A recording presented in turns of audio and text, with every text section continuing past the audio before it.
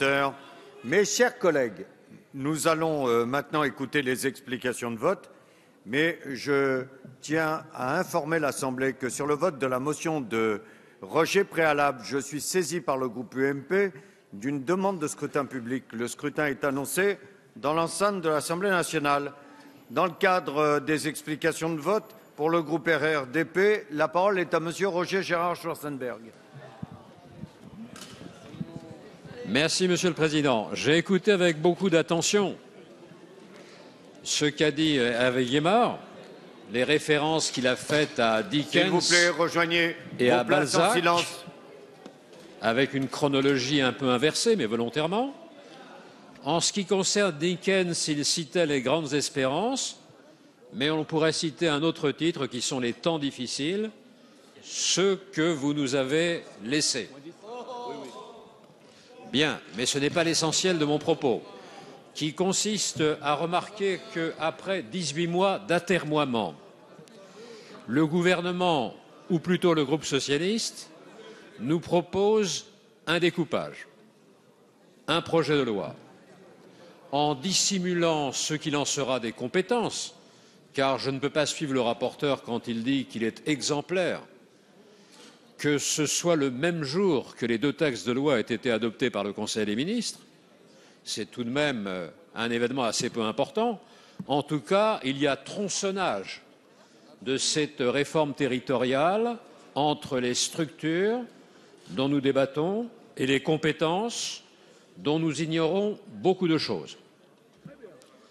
Il y a dans vos propos, Monsieur le Ministre, dont je reconnais la bonne foi, et également dans les propos du rapporteur, quelques ouvertures minimales, trop minces, et parfois proposées avec des points d'interrogation. Par exemple, sur le droit d'option, le fait, alors que le Sénat, à l'initiative de Michel Delbar et de Jacques Mézard, avait voté par 331 voix contre une le droit d'option, sans majorité particulière. On ajoute ici, de la part du rapporteur, une majorité qualifiée devant s'exprimer au sein des assemblées délibérantes des trois collectivités, est un recul très considérable qui vise à rendre ce dispositif, en fait, illusoire et inopérant. Donc il serait bon qu'il y ait une évolution pendant ce débat là-dessus. De même qu'il serait bon qu'il y ait une évolution sur le nombre de membres de la section départementale dans les conseils régionaux. Je ne crois pas, pour ma part, que la jurisprudence du Conseil constitutionnel s'y oppose. Et je suis attentif au fait que, depuis la révision de 2008, l'article 4, dernier alinéa de la Constitution, insiste sur le pluralisme nécessaire des partis et de leur représentation dans les différentes instances élues. Or, s'il n'y avait par exemple pour le Cantal qu'un siège ou deux sièges, grâce à la miséricorde du rapporteur, deux sièges, pour le Cantal, ce ne serait pas une représentation extrêmement pluraliste.